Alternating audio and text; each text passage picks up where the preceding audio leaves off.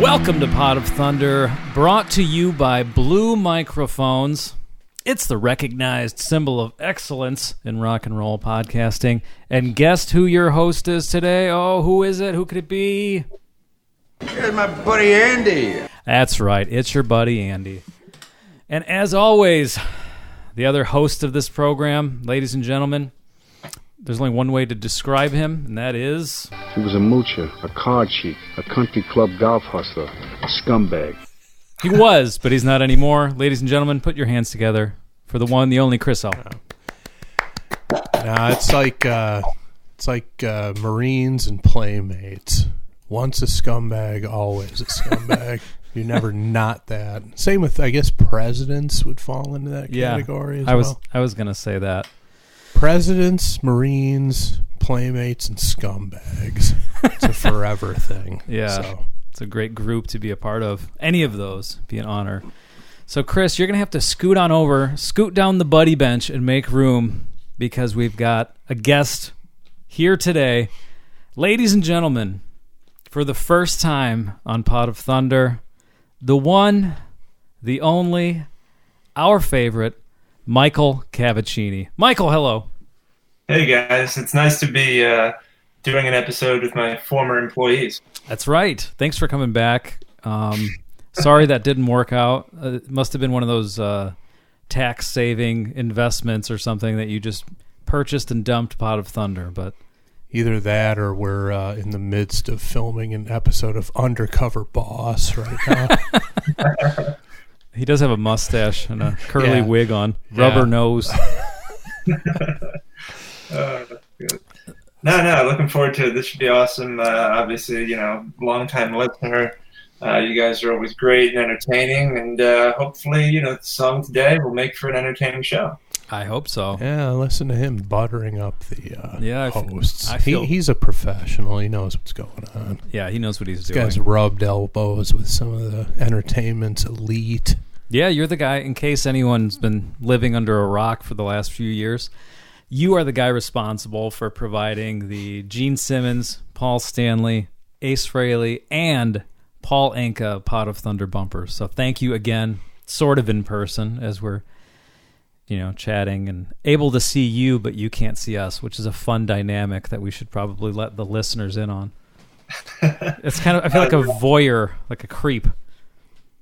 Yeah. Like I'm peeping through your window right now. Well, I'm sure one of my cats will make an appearance probably in the middle of this episode. So if anyone hears a meow or anything like that, that's what that's about. Yeah, and there's a visible bed in the background. You can only imagine what kind of depravity has occurred there. I don't think it's a coincidence that the camera is aimed at the bed. Who knows what other broadcasts this guy's doing? Treating Are you people sexy, baby girl?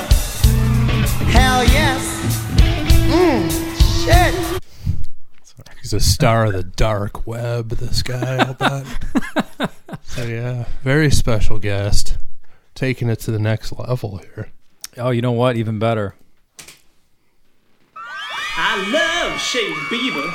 There you go. Yeah, he does. Who doesn't? He does.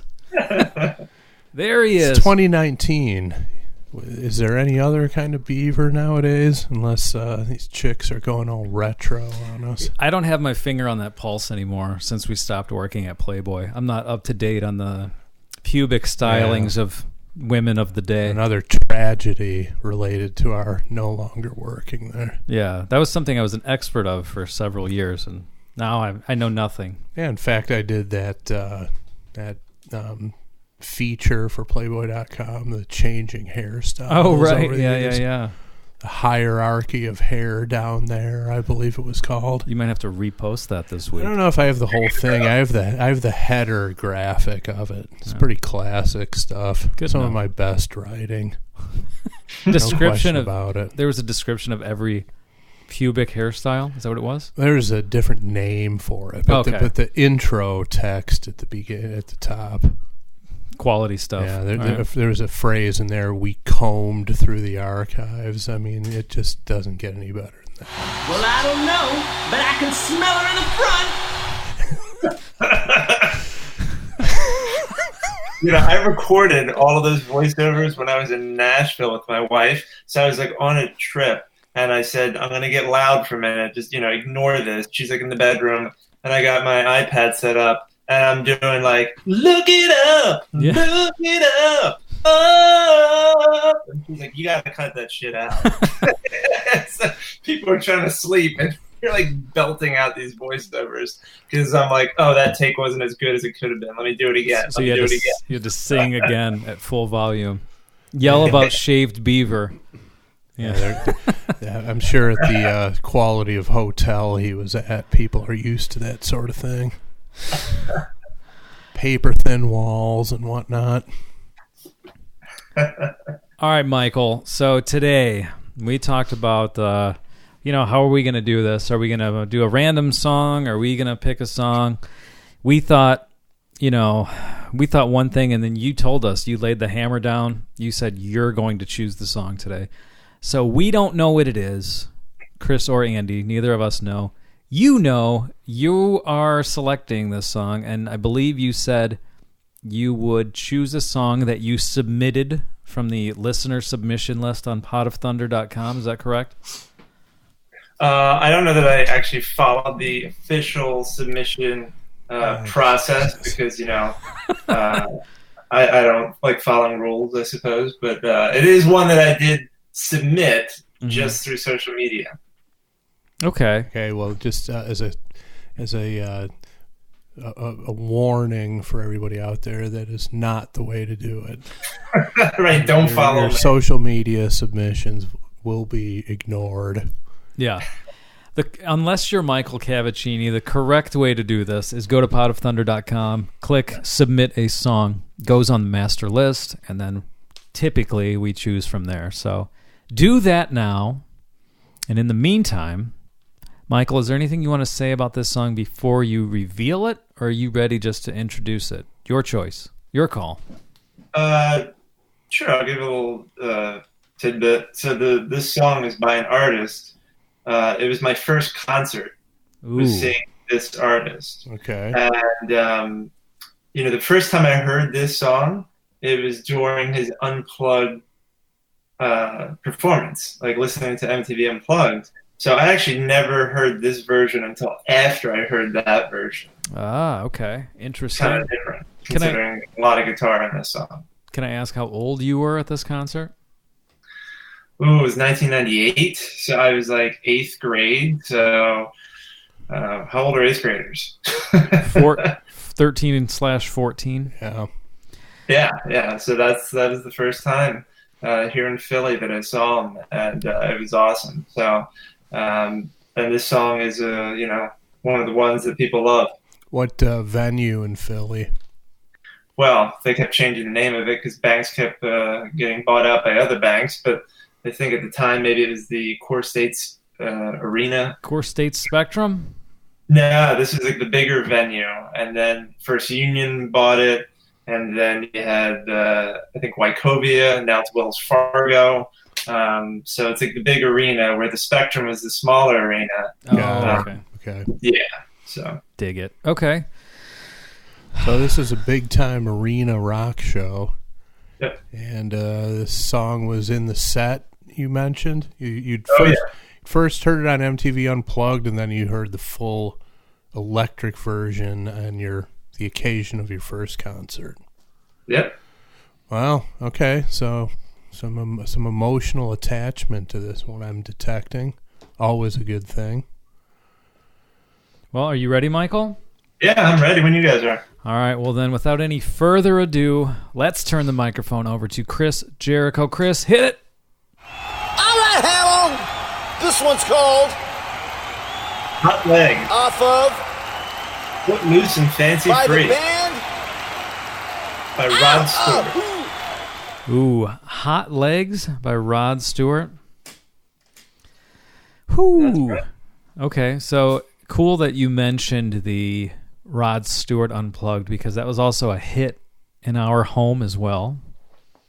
I don't think it was the full album, though. Our oldest brother, Jay, I think he had the cassette single, if I'm remembering this correctly, of Reason to Believe.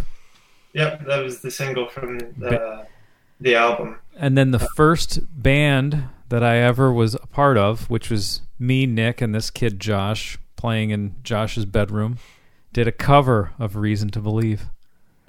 Oh, wow. How about that? Terrible. Well, the song's good. At least it'd be. Oh, no. The song's great. I'm just thinking. I haven't heard it since 1998, so that's funny that lines up, but this would have been my freshman year of high school. Wait, which song? The song he picked? No, I'm just saying okay. That was the single from the Unplugged that our band did. But now, are you familiar with this original version? I'm familiar with the original, yeah. Yeah, okay. Yeah. Yes, sir. Well, I mentioned this a few episodes ago. I can't remember. Maybe it was in the Yard of Questions section, but when I had my summer internship at the Milwaukee Journal, they sent me to review a Rod Stewart show at the big outdoor amphitheater that's right there on the Summerfest grounds. And I got to tell you, he had the women in that crowd were worked up into a froth over this guy. I've not seen anything like it before or since. I mean, just the palpable effect he had on these women was something to behold. Was that true of the show you saw, Michael? Oh, yeah. I think the tour was called All Rod, All Night, and they were selling songs that said All Rod, All Night. Oh, right you on gotta the love front. that. That's masterful merchandising. Right That's there. pretty brilliant. And one thing that I love about his show and his style, his stage presence, is he's the only singer that I know who tapes the microphone to the stand, and it has like a unique stand where it's got like 3 legs on it that kind of shoot out, so it's kind of flat, and he swings it around like just all over. He swings around like nunchucks, and it's the coolest thing. And I've never seen anyone else do it, although I'm sure some older rockers probably had. But as a kid, just seeing this guy with this crazy hair, this awesome voice, just swinging around the microphone and just kicking ass. I mean, what's not to like? Yeah. Who did you go to this concert with? So actually, I went with my dad. Yeah. And we brought a friend of mine from elementary school. I don't know if it was his first concert too. I forget. And as for my birthday later that year, he gave me the Rod Stewart box set, Storyteller, which was really nice because it was like a 4-disc set. Basically all the music from his career up until like 1989. So that was pretty sweet. Wow. It's a great gift. Yeah. All right. So, Chris, what are your thoughts on this? So anything before we get rolling here? Or are you good to this was definitely one that was listened to often on the AM radio station out of Windsor, Canada, CKLW. This was heavy in the rotation there and was very impactful on this impressionable young man back in the day. Okay. I'm looking at the album Footloose and Fancy Free, 1977. Great title. First track, Hot Legs. That's the opener, and that's what we're going to listen to. Followed by, Chris, do you know what the second song is? Do you think I'm sexy? Is that on this one? No. Great title. I don't know. I've never heard this song, but I love the title. You're Insane. Track 2. Can't go wrong with that. One thing I should say is we should absolutely, when we're doing this, we should watch the music video instead of just listening to the song because the music video is pretty epic. Okay, let me see if I can pull that up here. Well, while you're doing that, I can mention some other stuff about the song and the album. This album, I mean, you have Carmine Appice on the drums. Yes. Which is awesome. David Foster is actually playing keyboards on this album. Who is he? Well, he's the famous producer who produced Celine Dion, Jennifer Lopez, Whitney Houston, all sorts of big artists. And he's actually known mainly as a producer, not a musician, really. But did not know that. Yeah. And then this song was written with Gary Granger, who was in Rod's band. He was on this album. He was on Blondes Have More Fun, which has Do You Think I'm Sexy on it. Okay, right, yeah. Maybe like one other album. So this song is just written by him and Rod. Okay. Did not know that. Yeah, and the song charted, let's see here, number 28 on the pop singles chart, and the album debuted at the number 2 position on the Billboard Pop Albums chart. Single should have charted 200 back higher. then. Single should have charted higher. Yeah. This is it's worthy of top 10 at least, in my opinion. Absolutely. All right. Well, without any further ado, we've got the video pulled up here. We're all set. Are you ready, Michael? I am. All right, let's do it.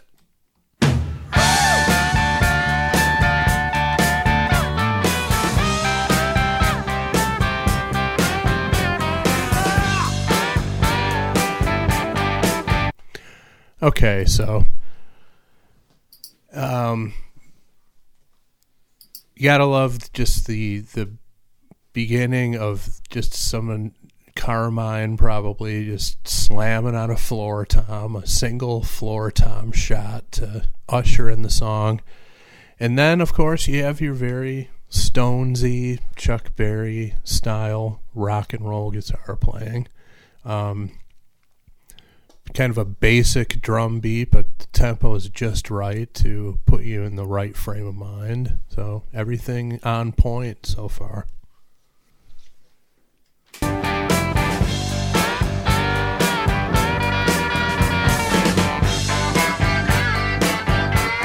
First shot of hot legs in the video right now. These guys are walking down a set of train tracks.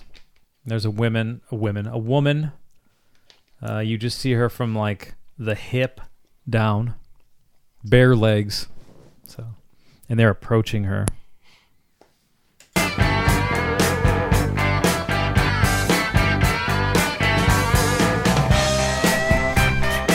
Now, is Rod wearing overalls there, like burgundy corduroy overalls, if I could see that correctly from this side of the room? Yes, sir.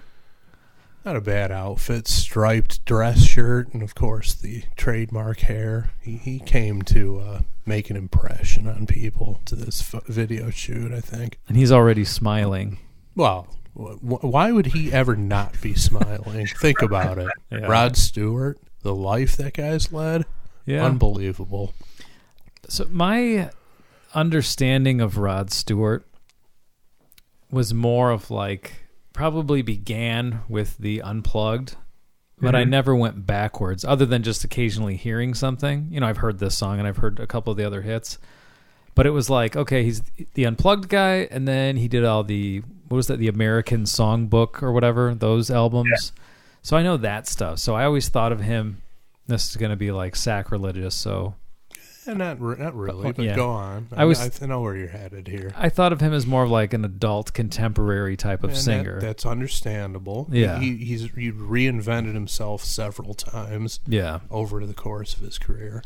Yeah, so it's interesting for me because I knew this existed, but I never really watched the old videos. So to watch this and see young Rod smiling at the camera, you know. Well, he's another one who, and this is a little early. I believe this album preceded Blondes Have More Fun, correct, Michael? It did. It was the album before it. Yeah, so he's another one who embraced the disco era, and of course, Do You Think I'm Sexy is his entry into that realm. But you know, this was late 70s. He was in full tilt, hedonist, you know, rock and roll lifestyle, give me all the pleasures the world has to offer mode. And it definitely translates into the music, in this song especially. And something going back to the adult contemporary thing, I found that a lot of artists from that era, Elton John, and others, like as they got older, and their audience got older, their music started to soften, I think, to try and mature perhaps with that audience, because they figured, all right, these people might not be going out to like getting crazy at rock concerts anymore. Like ballads might be more appealing to them. Yeah. And maybe that's why they just kind of naturally evolved into that. I mean, think of like Elton John doing Can You Feel the Love Tonight compared to The Bitch Is Back, right? It's right. Slightly different. Yeah. Well, but I you got to respect these guys for being in tune with the fact that it's good to be age appropriate, especially as you get into your 60s and beyond. Mm-hmm. For example, Nikki Sixx. How much longer is he going to be rocking the Edward Scissorhands hairdo? I mean, at what point does that stop being something that he can even pull off? I think he's at critical mass with that at this point. Whether or not he'll ever be able whether or not he'll ever be able to reinvent himself, probably not. I wouldn't think, but guys like Rod Stewart, Elton John, Paul McCartney, another one. Sure, they can still pull out the rock tunes, but they've kept it age appropriate, and I think that helps them, maintain a little dignity and keep the ridicule to a minimum. Although Elton's got some pretty crazy, awesome wigs that he wears on stage. Is he a wig guy, or is he like a full hair transplant guy? I would assume he's a wig guy. It's too good. Yeah, I mean, these are majestic wigs that Elton wears. There's no question about it. I mean, it's the full coif. Yeah, you're right. You're right. Bouffant hairdos are not something that results from a mere transplant. Good point. So, I think it is interesting though that to age with your audience, like you said, it's funny that a lot of times as people get older, their taste in music softens. Like, you'd think it would just stay the same. Like, maybe you don't keep up with what's contemporary. Yep. But you'd think that you would stick to what you are into and not soften. But it seems like it's a formula that's worked for these guys for a reason. It's just interesting to think about. I mean, I don't think I've fallen into that yet, but I guess there's still time. Yeah, I agree with you. I'm still going to rock shows every year and enjoying it, but I don't know, maybe when I'm in my 60s or something, I might feel differently. Yeah, maybe. Yeah, well, I just looked it up. Rod was born in 1945, so when I saw that concert in 1989, he was 44. Okay. So 8 years younger than myself at this stage. So he was still, had, the full potency going on. And I just want to reiterate, the women in that crowd were jacked up as a result of that performance. I'd never seen anything like it up to that point. I'm trying to think if I've seen anything like it since. I know that you have. What was that? That was when the little person was at the Kiss tribute concert grabbing the balls of the Paul Stanley guy. Yeah. That was, that was a singular person, not an arena full of people. Okay, but, so the difference is that it was thousands of women in that state. When you're surrounded by thousands of women who are moist in the nether region, and back then I was 22 years old, so most of these women were in their 30s and 40s. Just an unbelievable scene. Wow. I mean, the vibe in the air was incredible, and it was all because of Rod and his sex appeal, and he just drove these women crazy. I don't think I've ever been to a concert like that.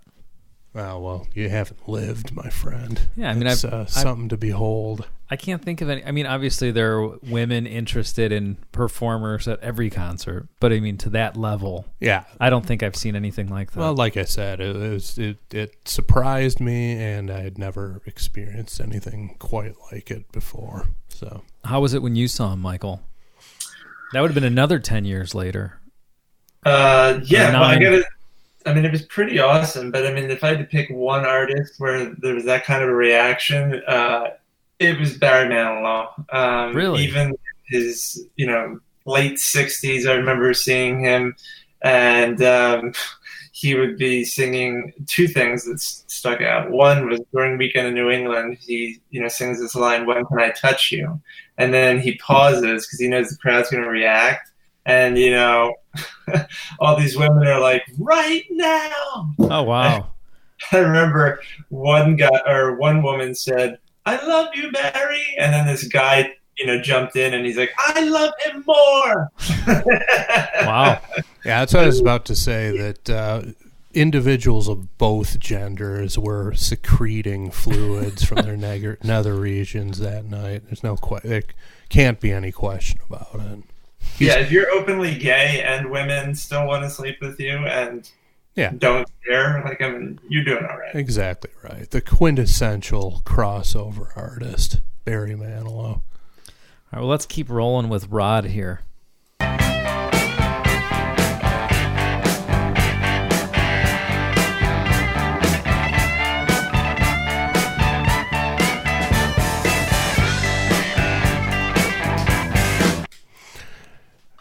Michael, do you know who's the lead guitarist on this track, by chance? Let's see. I know he had some regular guys, like guys who were repeatedly in his band during this period. I can't think of the names of anyone. It looks like Steve Cropper is on guitar. You got Phil Chen on bass. You also have Jim Cregan doing guitar and backing vocals. He wrote a bunch of songs with Rod. Oh, wait, did you say Steve Cropper? Like the Booker T and the MGs, the Blues Brothers guy?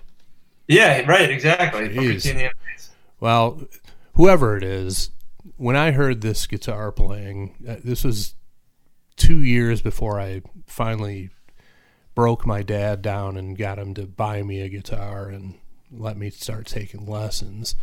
This was definitely one of the songs that I would hear and I'd be like, you know what, I want to do that. This sounds fucking cool. It's instilling a feeling in me that I'm enjoying, and I would like to do this at some point. So this one was a big factor in me learning how to play guitar. That would be 2 years later after this came out. So loving this guitar playing.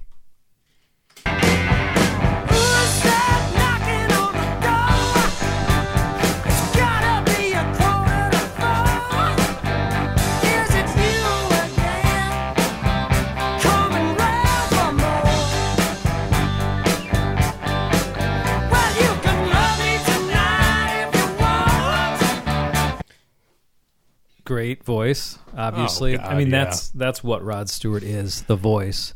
Absolutely. And there's also obviously a charismatic dude performing as well. But just looking at him, if he wasn't who he is, basically meaning if he didn't have the singing voice and, I don't know, lack of inhibitions, he's not an especially handsome guy. And he looks like he's kind of a small guy. I don't know how. He's definitely a tiny individual. Yeah, you wouldn't think much of him, but once he starts singing and he gets on stage, forget about it. Well, and that just goes to show you. And, if it wasn't for this dynamic, I'd probably still be a virgin at this point. If you've got talent, and I'm certainly not even going to put forth the ruse that I'm anywhere on this level, but you want to talk about a guy who's just got charisma coming out of every pore of his body. That's Rod Stewart, but the talent, the signature voice, which you're talking about becoming familiar with him from Storytellers moving forward. Yeah. Well, if you were to go all the way back, you would know that he was in the first Jeff Beck group, those first two albums, Truth, and blanking on the title of the next one, but those were Led Zeppelin before Led Zeppelin came out, basically. Okay. On that level. And then he, of course, joined the Faces, and which those guys were even smaller than Rod, because when Rod Stewart and Ron Wood joined the Faces, they were called the Small Faces. They got rid of the word small because Rod and Ron were bigger than them. Like Ronnie Lane and Ian McClagan, I believe, was the keyboard player. There's a few Ians around during that time. Ian Stewart, I think, was another one. But so those guys were actually smaller in stature, if you can believe it, than Rod Stewart. So 5 foot even. Yeah. So when they added these giants to the band, they had to abandon Small Faces and just call themselves the Faces. But the regular size Faces. You want to talk about a band that was hugely influential on bands like the Black Crowes, of course, and just any band of that stature. They were hugely influential. So that was another reinvention, and then he started his solo career. Well, and something that's really interesting about the Jeff Beck group and the album, The Truth, is it's actually considered the first time heavy metal music was introduced into popular culture, which is funny because when we think of heavy metal nowadays, it's a lot different. But back then, there was a lot of variety in that album, including heavy metal, which just wasn't really a thing. So they kind of invented a whole new genre of music through that album. And yeah, Jeff Beck, I know on Gene Simmons' solo tour, they played some instrumental Jeff Beck song. Obviously, like you said, everyone says Led Zeppelin, but one of my favorite Rod Stewart songs he did with Jeff Beck, and it's People Get Ready.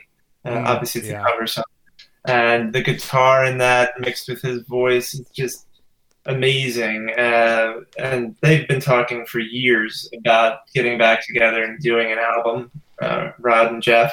I hope they finally do before one of them dies, because it would be nice to hear them, just lay down some tracks. And Rod's been pretty prolific over the past few years, so hopefully it'll happen. Hope so. Let's keep it moving, guys.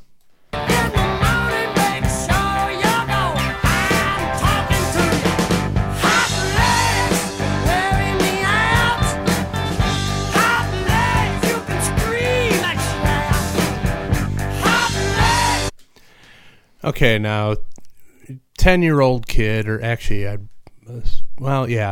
10 years old. So this was also the year that I discovered Kiss, when my cousin played me Rock and Roll Over. The summer we were visiting them out in Long Island, New York. So this is when I first started becoming introduced to lyrics like this. And when you're listening to stuff like... Who's knocking on my door at 3:45? You're wearing me out. Make sure you're gone in the morning. You're listening to this and you're just like, I'm not really sure what this guy's talking about, but I'm digging it. I would like to find out more about this type of lifestyle. I'm not sure why I like it, but I like it. And it's exactly right. It's like, I think it's true for most people that when you discover something you like in this way at a young age, you don't fully understand it, nor are you particularly interested in fully understanding it. You just go with it and you enjoy it. And again, just the tempo of this song, it's down tempo, basic drum beat, just right in the wheelhouse of appealing to your nether regions, basically. Everything is right there where it should be to draw you in that way. And also on the drums, I believe you said it earlier, Michael, but Carmine Appice. Yep. Who played on Paul Stanley's solo album for one song. Wasn't it one? I think Take Me Away. Yep. Together as one. An awesome song, especially the drumming at the end of that song when he just goes nuts. Yeah. And awesome. also, he was the guy who, for the recent Vinnie Vincent reunion, he was going to be the drummer. That got canceled. Yeah. So there you go. Yeah, and while the drum beat is pretty basic for most of the song, there are a lot of great perfect drum fills throughout. So, he's definitely dialed in, playing for the song. One of the great drummers of all time, no question about it. In the 70s were his heyday. And the quintessential mustache. Yes. Yeah, the pencil thin Fu Manchu. It's not something you see often. It's not, but it's a signature. As with the nether regions of women in the 70s, those mustaches tended to be bushier and hairier. Right. He went against the grain with that. Got to give him credit for that.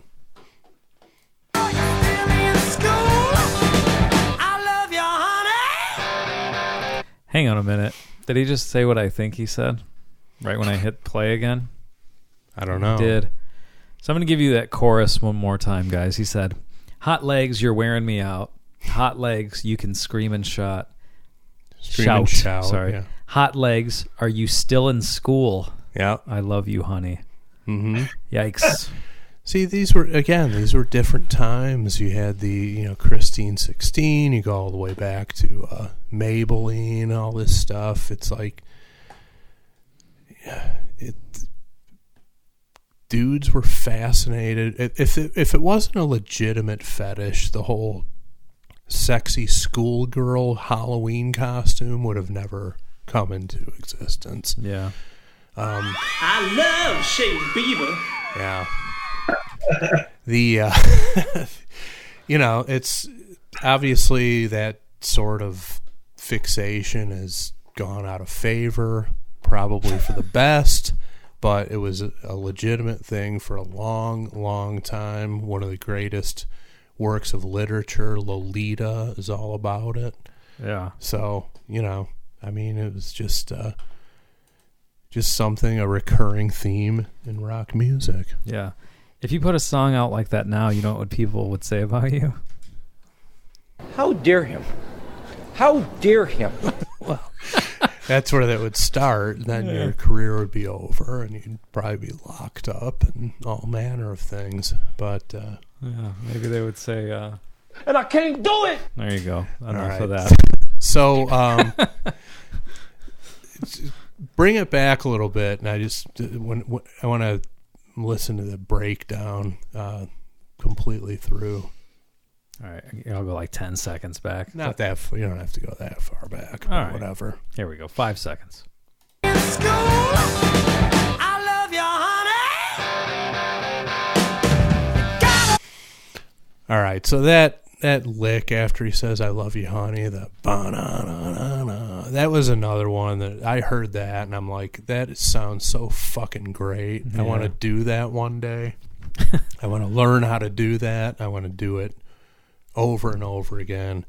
I'd forgotten how influential this song was on my musical tastes and my eventual learning how to play guitar, because like I said, this was in the heavy rotation on the sort of variety radio station back in the day. And just that simple, nasty sounding electric guitar was just like, fuck, man, that sounds great. I want to do that one day. Loving it.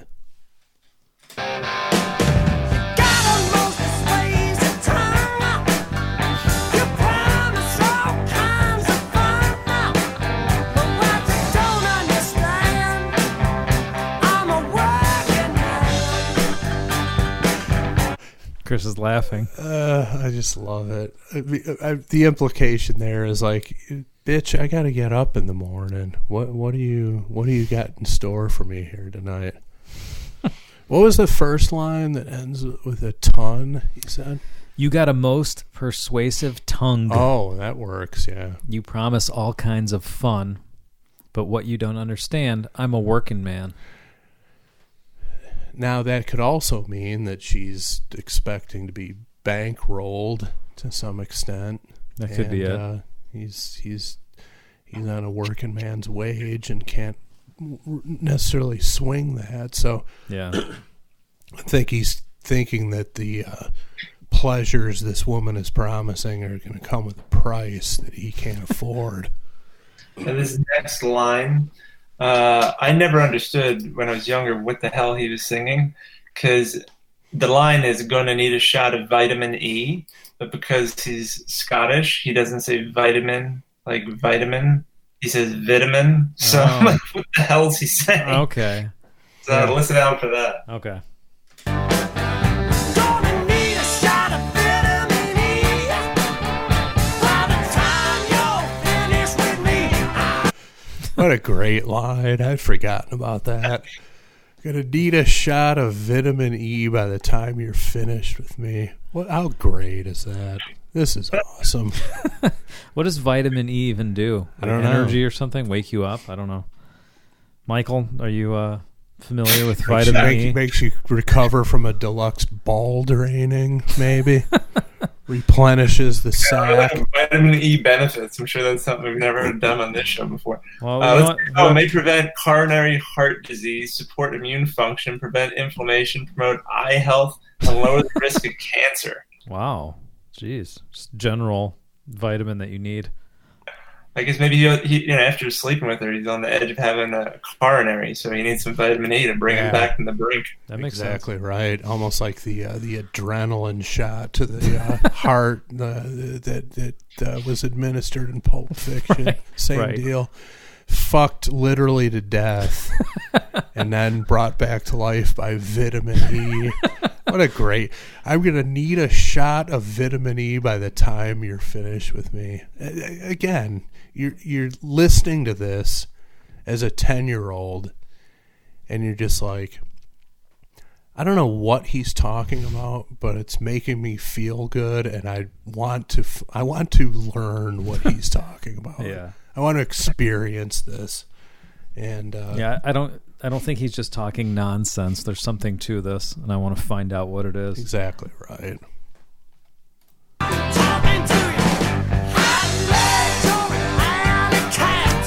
That's another great one. Just referring to women as cats is another thing that seemed to be pretty common. I mean, you can go back to 1968, Beggar's Banquet, Stray Cat Blues, Rolling Stones. That's another song about banging underage girls, and yes, girls plural. That's a song that you listen to and you need a shower afterwards because you just feel filthy dirty after listening to it, but you want to listen to it again and again. This is not quite that, but the whole calling a woman alley cat, and I think this is also the year that Cat Scratch Fever came out, Ted Nugent. So a lot of the comparisons of women to cats was very intriguing back in the day.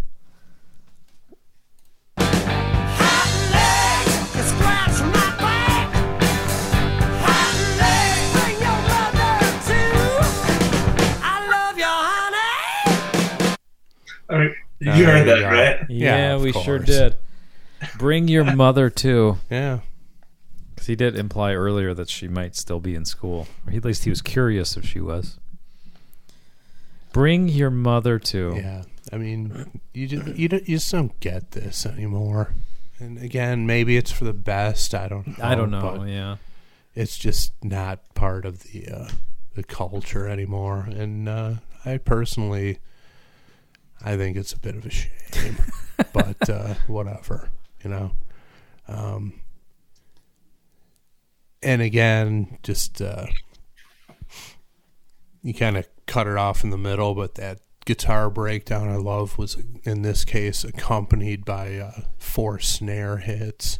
Oh, and, right, yeah. And then we're going to go into an even better breakdown, which again just does things to you when you're listening to it as a preteen boy that you're just like, okay, I'm enjoying the hell out of this, and I hope to one day fully understand why.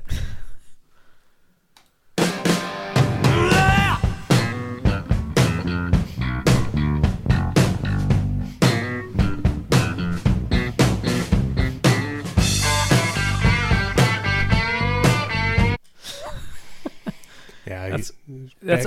Go ahead. No, go ahead. No, but just back to we got the video going, and you just Yeah. got some random old guy in a bucket hat and a dirty sweatshirt just hanging around. Yeah.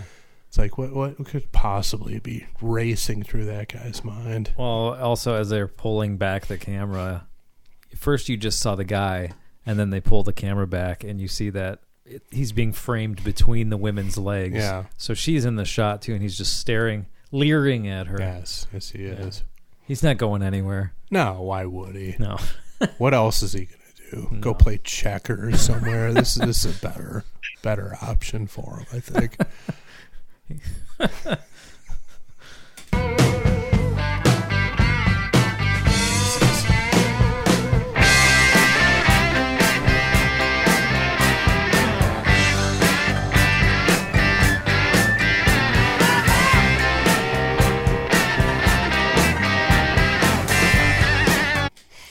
Okay, so we've got another beret-wearing guy. He's wearing a full jumpsuit. It's got a zipper zipped down to the belly button. But duck walking along some train tracks, kicking up some dust. And then a dog ran by in the background. Which Happy accident, I'm sure. Yeah. But, all pretty appropriate for the type of guitar playing that's going on. I mean, when that first full blast of lead guitar comes in, it's just like you probably saw it. My reaction, just your face clenches up, and you're just like, that's just, if that doesn't draw you into the wonderful, wonderful world of rock and roll lead guitar, I don't know what to tell you. That's what it's all about for me. And something that's really cool about this song is, I mean, first of all, there's like a little bit of a bass solo, which yes, that's pretty rare, and it's like all funky bass, and there's also piano in the background throughout the song. So there's actually lots of layers to it, even though it kind of sounds like a pretty straightforward rock song. There's kind of a lot going on. Yeah, the bass solo was pretty surprising. I'd forgotten that it was there, to be honest with you. Yeah, you don't get that in the unplugged version or the Great American Songbook version.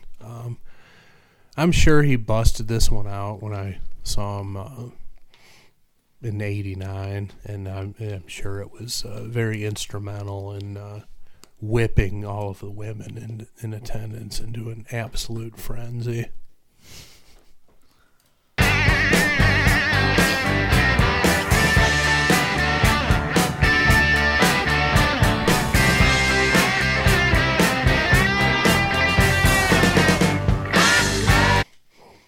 Who are these random large group of people just following It's the like a caravan. duck walking lead guitar player into the shot? It's like, how did they stumble upon this scene? It's probably the greatest day of their entire lives. It appears to be a caravan of Hispanic children, too, which makes me wonder, where was this video filmed? Michael? Probably any California. idea? Yeah. Makes sense for a lot of reasons. Yeah, it does. It's just an interesting choice for extras to be in the video, Yeah. especially considering what the whole song's about. And let's just have a bunch of school children follow us. Hey, it was a different time. Right? Exactly. Everybody was involved.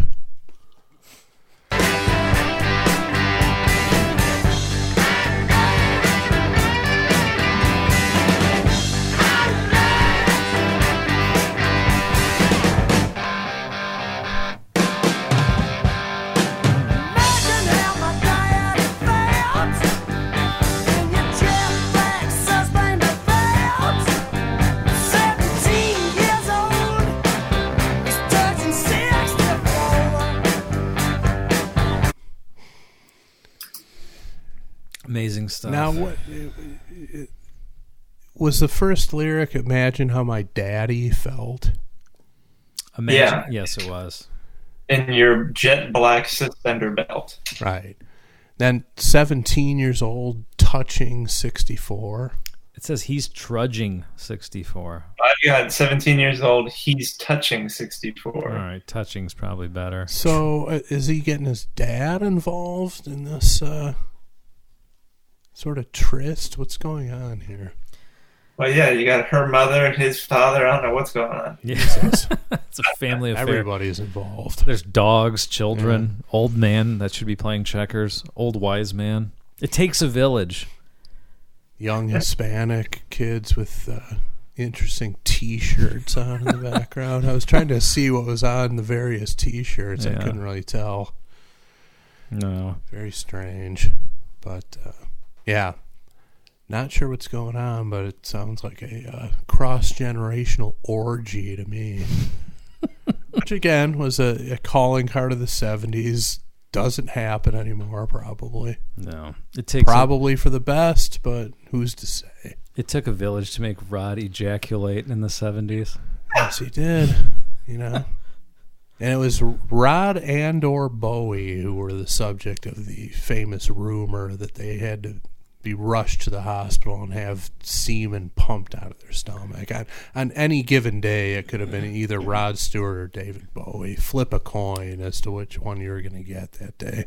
I think we talked about this, but I told you that I heard the same story when I was in high school from someone. I don't even remember who, but it was the exact same story, but the person that it was made up about was Little Kim. So it must just be one of those stories that never goes away. I wonder who it is now. Yeah, you just have it applied to whoever is famous that day. Yeah. I'm thinking Ariana Grande is about due to be the subject of that rumor.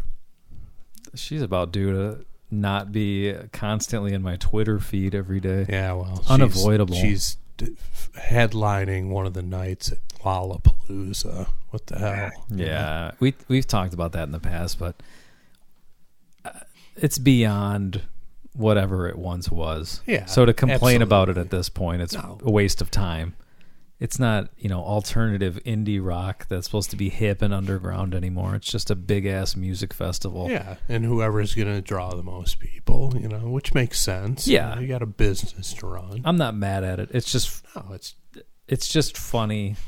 I don't know. It seems like, to me, maybe I'm starting to feel like an old fart when it comes to music and understanding what young people are into. But it seems to me that there has no underground. But there has to be. I just have no idea what it is. It just seems like all the outlets that would be underground are not. Yeah, I mean, I don't know if there is anymore, just because with internet, YouTube, whatever, everything is out there. Yeah. I mean, what's being created that's not being put up on YouTube anymore or any other? I mean, this horse shit's up there, so yeah. Meaning this show, not Rod Stewart's song. Right, but that's the thing. It's like there is no underground scene. People who would be a part of that are putting their stuff out for public consumption. So by nature, nothing is underground anymore. Sure, but I just think like the biggest pop artists are what young people are into, instead of there being like that mid-level, right? Like, this is kind of an edgy, like we talked about it last week, like whatever the equivalent of like bands from 120 Minutes would be. Yeah, I think the word you're probably wanting to use is subversive. Sure, something yeah. that's again, is not uber popular, but it's like maybe I'm missing something. I mean, I don't consume Ariana Grande music, all of her catalog, but has she progressed into something beyond some Disney-created pop star? Is she a legitimate artist at this point? Has she gotten to the level of like a Beyonce, or where is this coming from? Michael would know. Michael's a social, not even just social media, just social influencer. Michael, what's going on out there? Help us out.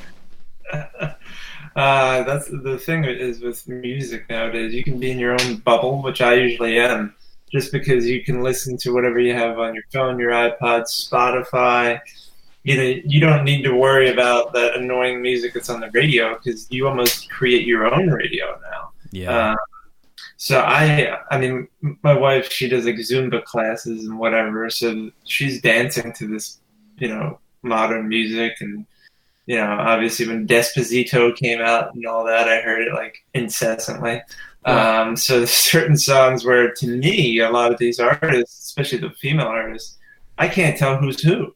I mean, obviously, I know what Beyonce sounds like, but a lot of these other ones, I honestly sometimes don't even know who they are, even though I might know the songs, because the music is so like manufactured that it's really hard to tell who's who. And I think a lot of it's because they're not artists. Like Adele is really good, and she deserves it because her music is unique.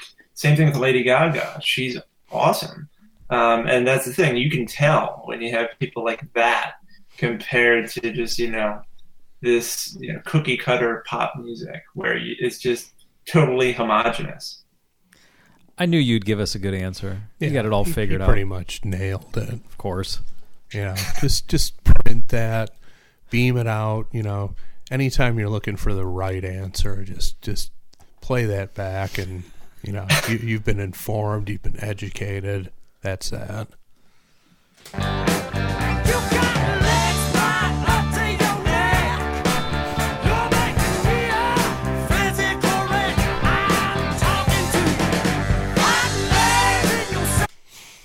Okay, you got legs right up to your neck. You're making me a physical wreck. Another just golden line right there.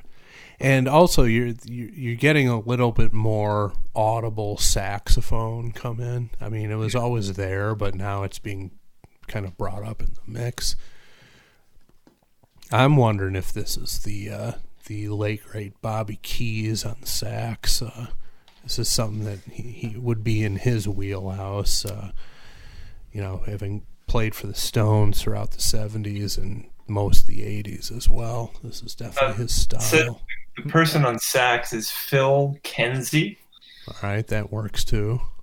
He's definitely in that style. And I love that now he's taken the whole, the shot of the legs, which we've seen the whole video, and now he's like on top of them and grabbing them. So we can't resist anymore.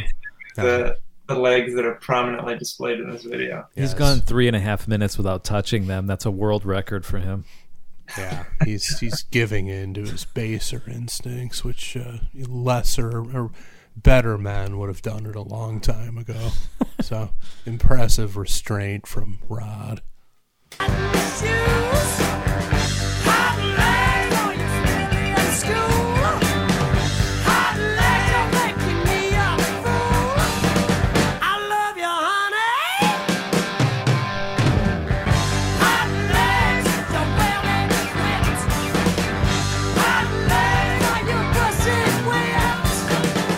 Oh. Yeah, what was that in there? What was the first line?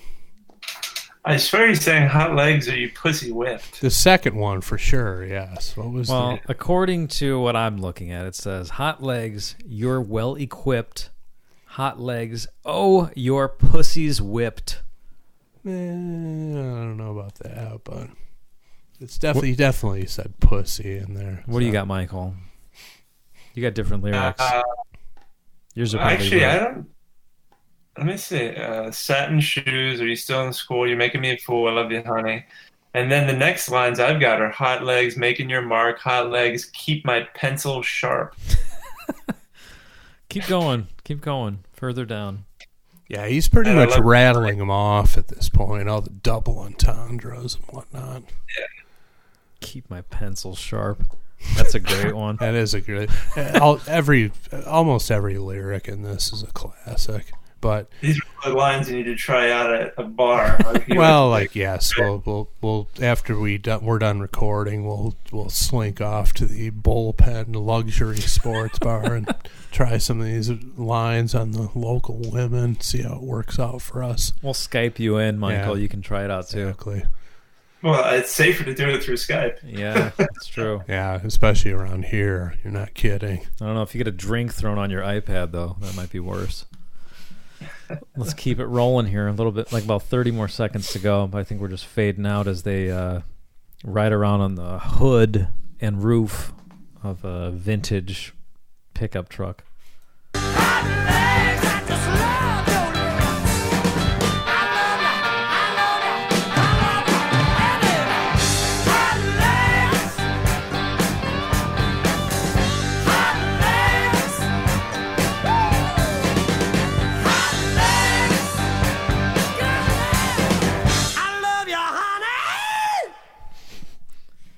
at that. That's going to do it. Whoops. That's it. Hot Legs. You know, that video, before we get into voting, towards the end, you know, Michael, you were pointing out that Rod Stewart's, you know, there's a pair of legs with really no other body parts attached to them, just legs. And then Rod's groping her at the end, but she's also wearing some kind of fishnet. Yeah. And that reminds me of a weird story that I'd like to share with you guys. We wish you would. So this goes back to like 2004. I think I would have been like 21. So there was this guy who we knew at the time, Nick and I. And this is when Nick and I had our band, and we were self-producing our first and only CD. And this guy's like, you know, I want to start a record company, and I want to put out your album as my first album on my label. And I'm like, okay, whatever. I don't even know what that means, but if you're going to pay for something, it sounds good to me, because we didn't have any money. So he's like, why don't we meet up and talk business? I'm like, sure, man, whatever you want to do. He's like, all right, I'll pick you up. So he came over, picked me up. We went to, because I didn't know where we were going. I thought we were just going to go get something to eat or whatever. We drive like 20 miles, 30 miles down the highway to an adult bookstore where this guy picks up several issues of stocking fetish magazines. Then we get back at the... I'm already weirded out. As well you should be. Yeah. Then we get back in the car, drive to a strip club, and then I'm like, okay. And we barely talked anything about...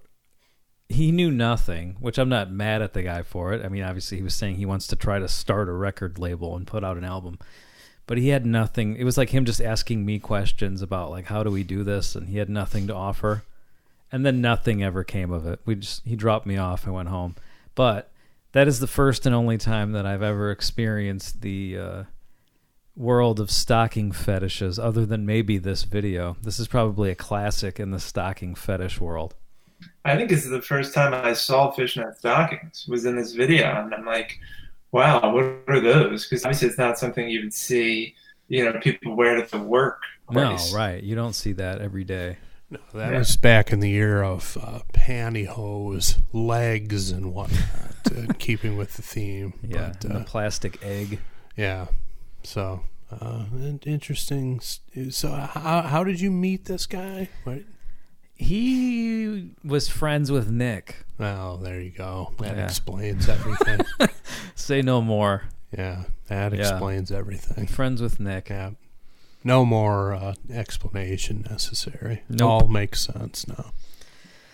Yeah, so needless to say, nothing ever came of it. He never offered us any financial assistance, and to my knowledge, he never started his record label. So there's that. But we did go look at weird stocking jerk-off magazines and then go to a strip club. All right, guys. It's that time. It's time to vote. And it's time to vote Sweet Surrender or Kick in the Crotch. Michael, you chose this song, so we would like to ask you to vote first.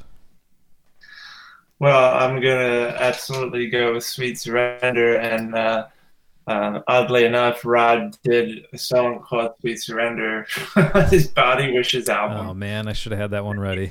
I didn't know. So, how could I not? Damn. It's sweet surrender. Hell yes. How about that? You want to give a quick summary of why? I mean, you kind of discussed it throughout the whole song and even before, but give us one quick summary. Sure. I mean, when I think of just, the epitome of 70s rock, just like raw, unfiltered, just emotional, like punch to the gut rock, I think of this. I mean, it's not, I mean, you can tell at the end of the song, like, he's just having a blast when he just, woo, at the end. Like that was, it's not like he thought, oh, let me do this because it'll be cool. I think he did it because he just had a blast recording it. And it sounds just as good in the studio as it does live. And it's not, he's not trying to please anyone but himself with it. And the lyrics are just great. So even though some people might say, oh, it's just a straight ahead kind of meat and potatoes, dopey rock song. Well, not really, because when you look at, all the different pieces, saxophone, the piano, the bass, the guitar, the drumming, I mean, every piece of the puzzle is pretty much perfect. So, I mean, you really couldn't ask for more from a rock song, and it doesn't overstay its welcome. We kind of went through it pretty quickly, despite all the commentary. And, all these years later, it's still one of his signature songs, so it stood the test of time. So, I mean, like, how could you not give it the Sweet Surrender vote? Hell yeah, I agree with you. And you done did it again. Perfect explanation. Chris, it's your turn to vote. Sweet Surrender or Kick in the Crotch? Well, there's something else impacting my crotch as a result of this song, but it ain't what you think. To sway the vote that way, Sweet Surrender, absolutely. It's Sweet Surrender. Hell yes. Yeah, I didn't know he had a song called Sweet Surrender. I would like to say that Body Wishes is another great album title. Just one after the other from this guy. Yeah, like I said, this one was very impactful on me in my impressionable days, and just the sound of that guitar during those breakdowns, just those two notes played back to back and repeated. It was just the classic Gene Simmons comment, the A chord that cracks your ribs or whatever. It's just like that, just hit the bullseye for me, and just was one of the very pivotal things that I ever heard that steered me in the direction that I would follow for several years afterwards. So definitely a big fan of this one. I also wanted to point out Tom Dowd, I think it's how you say his name, produced this album, and he produced everyone from the Spinners to Eric Clapton to the Bee Gees, Sonny and Cher, the Allman Brothers, the Eagles, Diana Ross, Willie Nelson, and obviously he did a great job with producing it because the sound is just terrific. Absolutely. Did he ever produce your girl Dionne Warwick? I do not think so. Do you have her digits? Do you text her as well as some of your other celebrity friends, or did you not get to that point? We have texted. We've actually exchanged. I exchange Christmas cards usually with her and with Alice Manchester. Holy shit! And I do send one to Barry and Gary as well. So I do talk to Dionne from time to time. Damn! Look at you. Now you're here with us. Yeah, you can't really top that. No, that's rarefied air right there. It is. You won the lottery by getting this guy on today. All right, my turn to vote. I'm going to agree with you guys. No suspense here. Sweet Surrender. It's Sweet Surrender. Hell yes. This is a theme that's come up recently. I think it came up when we talked about Get It Hot by AC/DC. And maybe I can connect it to a previous conversation today from when we were discussing getting older and maybe softening what you're into. Even though I haven't gone the ballad route yet, one type of music that I've gotten more into the older I get is more like roots rock and roll. And I mean, obviously this isn't like exactly 50s rock and roll, but again, you hear it in there, and the guitar playing and the piano and the saxophone, it's all there. And that's something, again, the older I get, the more I'm finding that seems to work almost all the time, and I almost always like it. So, there's other music, other genres that I've been into over the years, whether it's punk or metal or hard rock or ska or whatever. But roots rock and roll, something I'm getting more into my 30s here. So obviously, Sweet Surrender for me. Video, I know people don't like when we talk about the video too much, but I think it does need to be discussed. This is the kind of video that I love because it's not perfect. It's like they had a camera crew for the day and did whatever. Like they didn't really think it through, which is great. Like they got some woman who's in good shape with some good legs. That was the main thing. And then other than that, they just went to some neighborhood and just stood next to a house and filmed there. Then they probably saw an old pickup truck. They're like, hey, let's all sit on it and ride around on that. There's this old guy playing checkers. Let's get him over here. There's dogs and children, and it's not like a video where there was like a shot for shot perfect storyboard that needed to be done. I don't know. There's something about the looseness of it. It seems like they're all having fun, like a day off, kind of like let's just goof around. They're probably having a great time between takes and everything. Maybe I'm just imagining it that way, but that's the way I want to imagine it. And there's something about that also adds to the song itself and just makes it more fun. It's like you want to be there, just hanging out, drinking and eating and doing, you know what I mean? Barbecuing with the checkers guy, petting a dog in the background, whatever. So there you go. Michael, leave it to you to provide a song with not one, not two, but 3 sweet surrenders. Can I ask you, do you know what that means? That it is Stone Cold Kiss Classic. Well, not quite. It means that it wins a trip to the next round. All right, Hammond! I got a question for you. That's right. Paul Stanley wants to know, this is 1977. He was keeping up on what was going on. He wrote Hard Luck Woman for Rod Stewart at the time. So he wants to know, hey, how do I size up with this guy? Is Hot Legs a rock and roll boner classic? So there are 3 of us today. 3 votes. We have to come up with a rotation here. We've got a rock, we've got a roll, and we've got a boner. Chris, what do we do? Well, we got to start with Cavacini because he's in a remote location. Okay. I'll go second. Andy will go last. My vote's in. I'm sure Michael's is in as well. So Yep. You'll go second, Chris? yeah. Okay. All right, Michael. If your vote is in, my vote is in, Chris's vote is in, we are ready to rock. All right. Rock. Okay, there you go. Just say it again. Rock. Roll. A boner.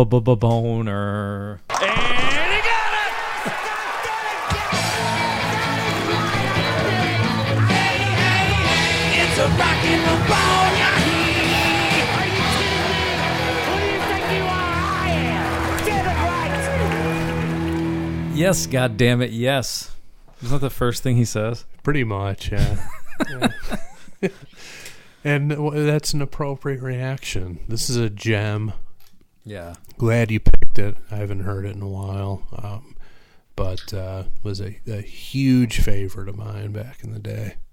Well, I was torn between this and something else, but I'm like, I think we're going to have the most fun with this song. That's the way to do it.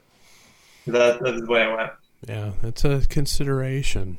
You want to have fun, and you want to have something that's going to spur on an interesting discussion. I think we had both here. So I wouldn't expect anything less from Michael Cavacini. So there you go. No. Delivered as expected. Delivering the goods. Again, he speaks with Dionne Warwick on a regular basis. I mean, what else?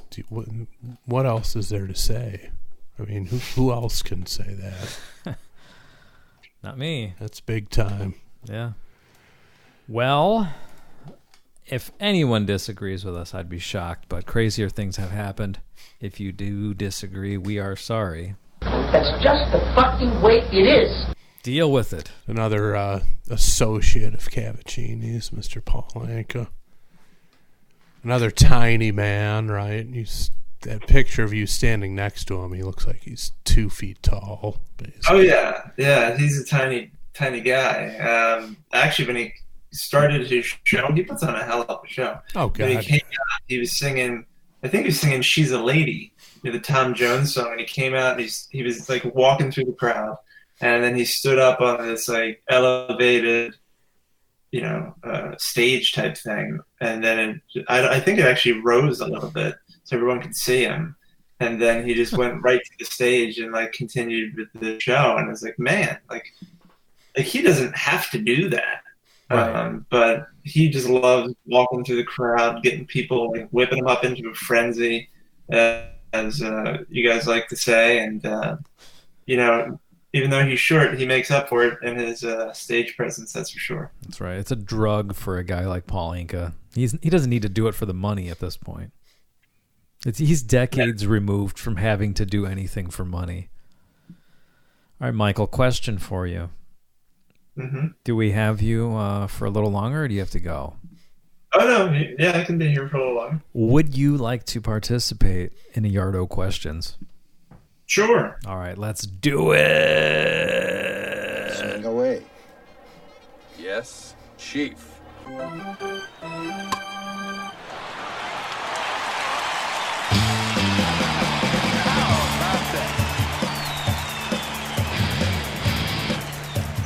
Michael, I just saw you take a swig of something. It's just water. Oh, It's okay. not vodka or beer. I was gonna say, what's the drink of choice today? Just water. Keeping your Earlier I had coffee, I had iced tea, I had a probiotic soda. Keep your stomach regular. What's that? To get your stomach regular, your gut health. Exactly right. It's basically soda for people who don't want to drink soda but still have that experience. Okay. Is that like yogurt built into soda in a way? Probiotic? It probably doesn't taste like yogurt, does it? No, it's almost it's like seltzer, but more of a soda taste with probiotics thrown in. Okay. So you're getting benefits of like that Activia yogurt. I don't know if I would call it healthy, but it's probably healthier than having soda because there's no sugar in it. So as if you needed more benefits. You hogging all the benefits. Save some benefits for the rest of us, would you, Michael? Cavacini is a human benefit just from head to toe. I mean, he's just a living, breathing, walking benefit, basically. The human benefit. Yes. Please change your social media handle to Michael Cavacini, the human benefit. I think you need a new T-shirt. Yeah, I think so. I think that's going to happen. All right, so I've got a Yardo Questions here before me from a listener named Brad Rustoven. I've seen Brad's name before. Hello, Brad. Thanks for reaching out. Thanks for submitting your Yardo Questions on potofthunder.com, which you, the listener, should do. Please send us some questions. Go to potofthunder.com, click the little Yardo Questions widget, and send us 1, 2, 3 questions. That makes a yard. And we will read them on the show. All right, guys. Need to take some steel wool to that raw stuff and clean it up a little bit. Well, let's decide after reading his questions. How much steel wool will we need? Let's see. Question 1. Eddie Trunk has cited that... Jesus. and Michael's shaking his head. Michael, what's going on over there? You're in the same boat as Chris. We both. I know where this is going. Yeah, we think we know, but go ahead. All right. Eddie Trunk has cited that the next 3 big rock bands will be Ghost, Greta Van Fleet, and the Struts. We know your thoughts on Ghost. What do you guys think of Greta Van Fleet and the Struts? Michael, we actually don't know your thoughts on Ghost, so feel free to add your opinion on all 3. Well, I actually know Ghost. I'm more familiar with Ghost than the other 2. and I think Ghost is okay. I actually almost interviewed their lead singer, and I forget what happened. He didn't make the cut. Yeah, I mean, I think it was a situation where they're like, "Oh, we can, set that up finally," and I was like, "Nah, never mind." Like it was just I turned them down. I think because they're just dragging their feet. There you go. You can't dick around with Cavacini. Look what happens. I think they're okay. They're not really like balls to the wall rock. And their newest album, I listened to it. Like some people are like, "Oh, it's amazing." I didn't. I think it was really weak. And actually, I hate their look right now. I like the old look with the Pope hat and all. Oh, you don't like those metal mask things with the? I don't like the whole Uh-oh. thing, whatever they. This is unacceptable, Michael. We're losing you. What's going on? It looks lame. So I don't care for that. And the other bands, honestly, I don't know them well enough to have much of an opinion. But yeah, actually, what I thought you were going to bring up about Eddie Trunk was that he said that Kiss fans were demanding refunds because of Paul Stanley lip syncing. Oh, right. Which is a thing going around Facebook right now. Yeah. That's not on the yard today, but it could be a conversation for another time. Yeah, that's where I thought that when you hear Eddie Trunk nowadays, you think it's gonna be a reference to him ranting about Paul Stanley, and it's all rooted in his inability to convince him to be on his show for an interview. It's all very petty, passive aggressive, childish, name it. Chris, what are your thoughts on Greta Van Fleet and the Struts? Greta Van Fleet, the 2 or 3 songs I've heard from them haven't really grabbed me. And then the live performances I've seen of theirs on YouTube or like Saturday Night Live, it's just... It strikes me as a band that's been rushed into the spotlight. They're just not fully there in terms of their performance ability, and I don't know. Somebody with a lot of money is behind them because a band like that just doesn't come out of nowhere organically. Somebody is ushering them into the position they're in now. So pretty underwhelmed by them. And then the Struts, with Michael, I know nothing about them. I know a lot of people rave about them as being a throwback to the good old days of rock. I suppose I should investigate them, but I've heard nothing from them and haven't really felt the need to seek them out. So, all right. Question 2: what are your 5 favorite live albums of all time? 5 is a lot. I don't know if I have 5. Well, nobody's asking you anyway. I know. I'm just thinking to myself, 5. Yeah, that's too many. Let's trim it down to 3. Trim those pubes back. Exactly. Yep. You go first, Michael. Your top 3. Sure, in no specific order, just because that would require more thought. I guess I would say Rod Stewart live and unplugged, or what is it? It's unplugged and seated. Sorry, that's the way they refer to it. What is it called? Unplugged what? Unplugged and seated. So he was actually sitting for the whole show. Oh, okay. I don't know why, but that was the gimmick. So that's definitely up there. I'd actually probably say my favorite live Kiss album is MTV Unplugged. I think it's phenomenal. I think that has to be part of my top 3. Wow. And third.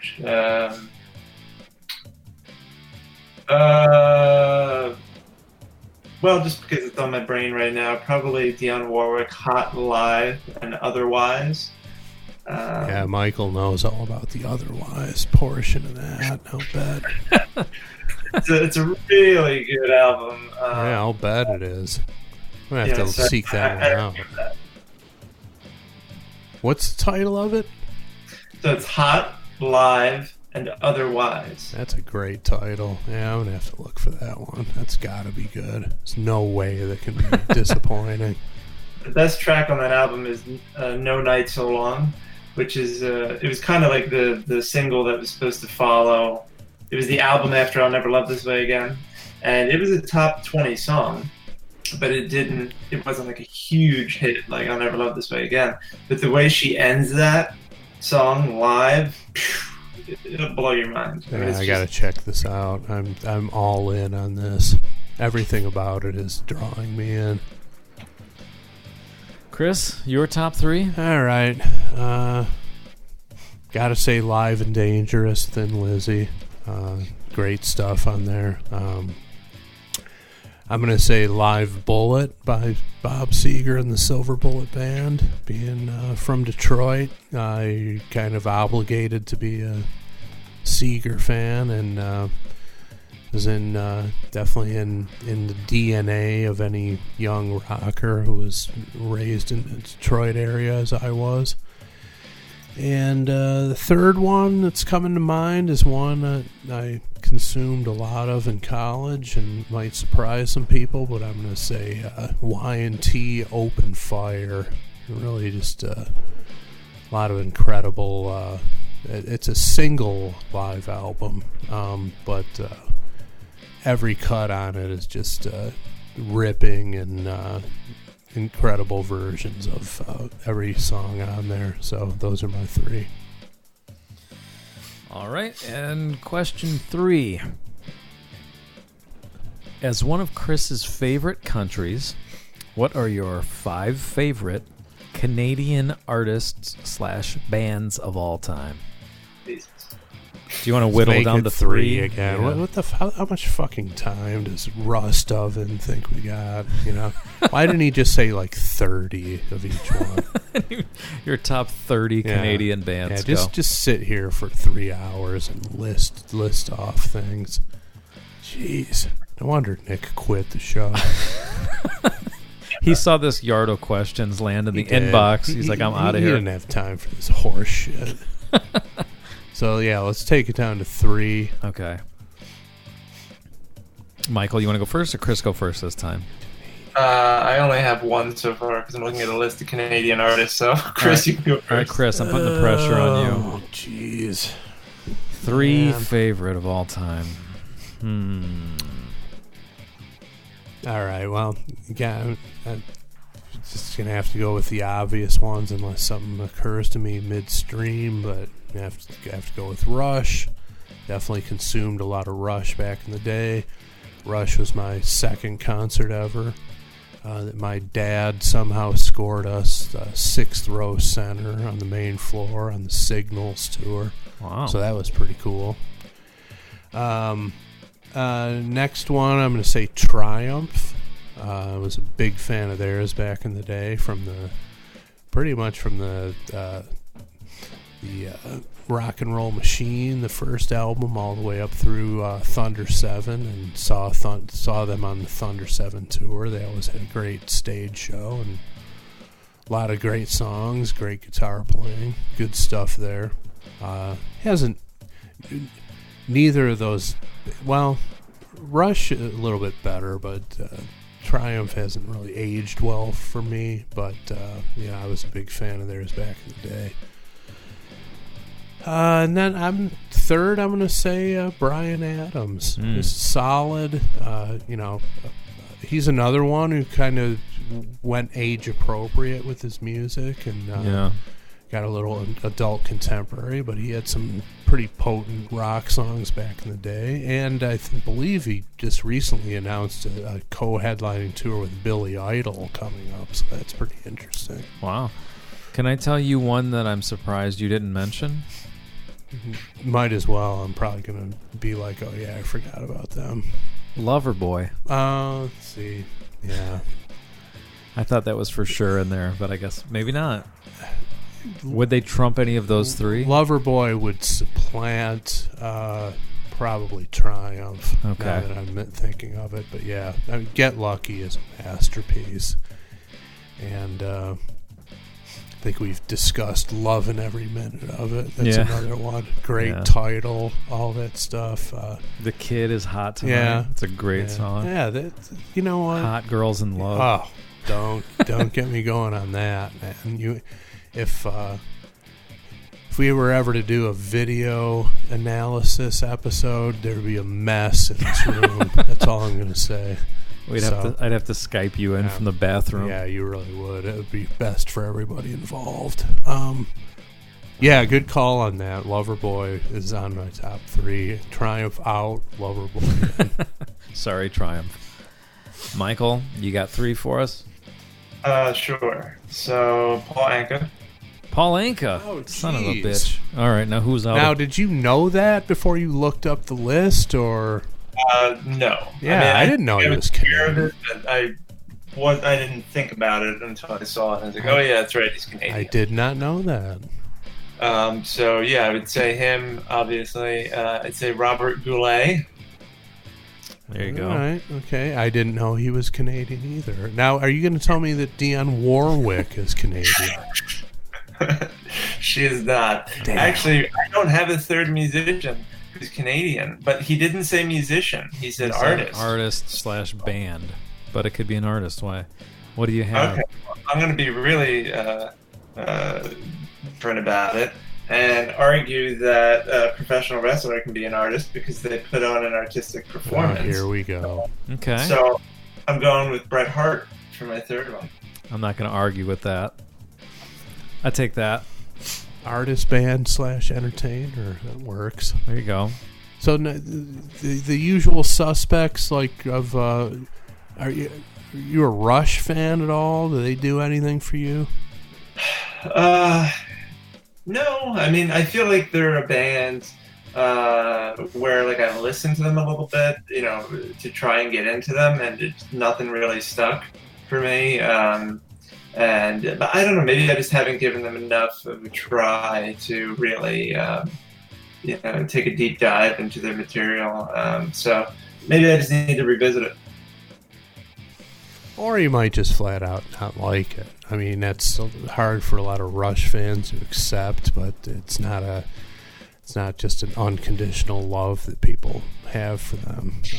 But you want to talk about a band that was a staple of FM radio back in the day in the 70s. I mean, you just certainly in the Detroit area, you couldn't get away from it. So,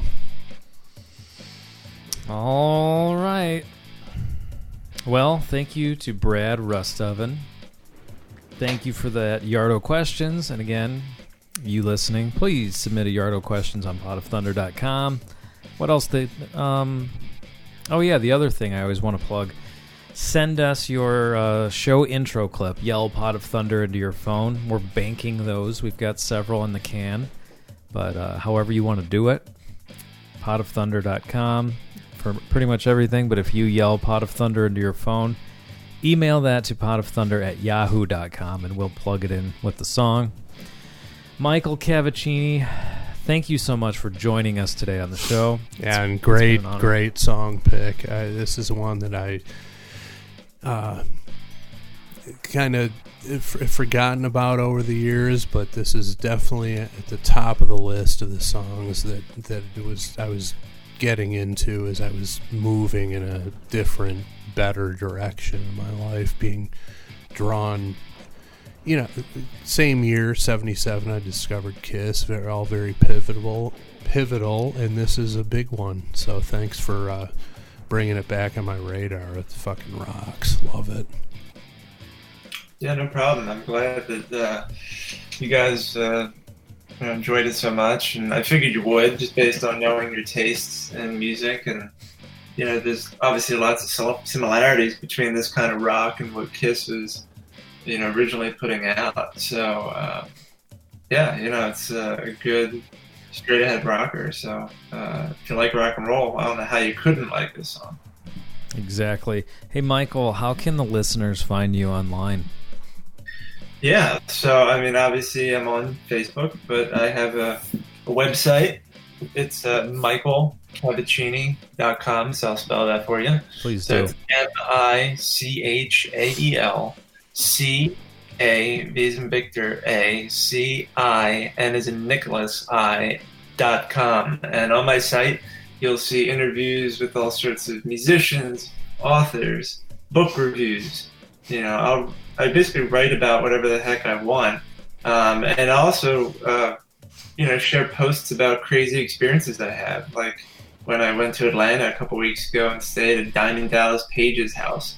And got to, see Kiss and meet them before the show that week. So, if you're just looking for fun stuff and none of the drama that you get on the news, then come to my site where I keep it happy and fun. No, any tales of women defecating on major interstates during rush hour? Yeah, I try to avoid war, fire, rape, anything that's going to bring you down. Well, that's disappointing. These are things that aren't necessarily going to bring you down. They're just interesting. They all fall into the pot of Thunder Bucket. We pick up those scraps. Yeah. That might actually get people excited when you're talking about it. Exactly. Speaking of which, if you were to go to the web address Dionne Warwick's fuck toy, it would redirect to michaelcavacini.com. I think the two web addresses are interconnected there for obvious reasons. All right, well, Michael, again, thank you so much. Everybody give Michael an ad on you're on Instagram and Twitter as well, right?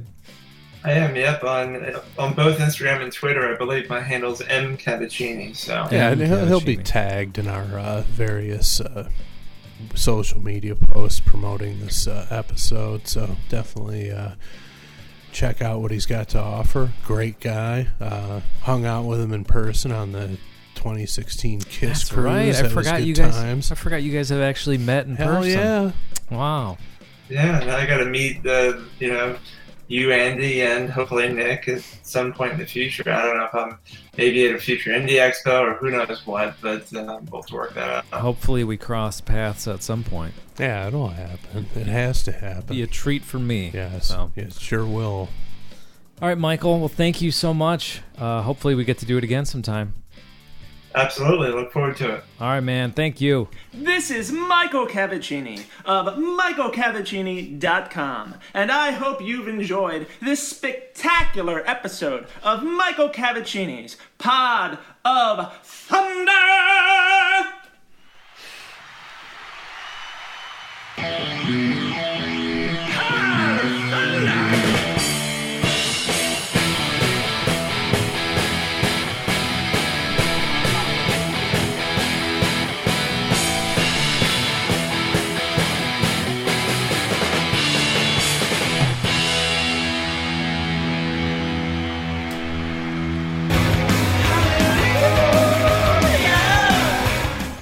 Do you enjoy titillating interviews with Paul Stanley, Gene Simmons, and Ace Frehley? If so, visit michaelcavacini.com. That's michaelcavacini.com. Do it!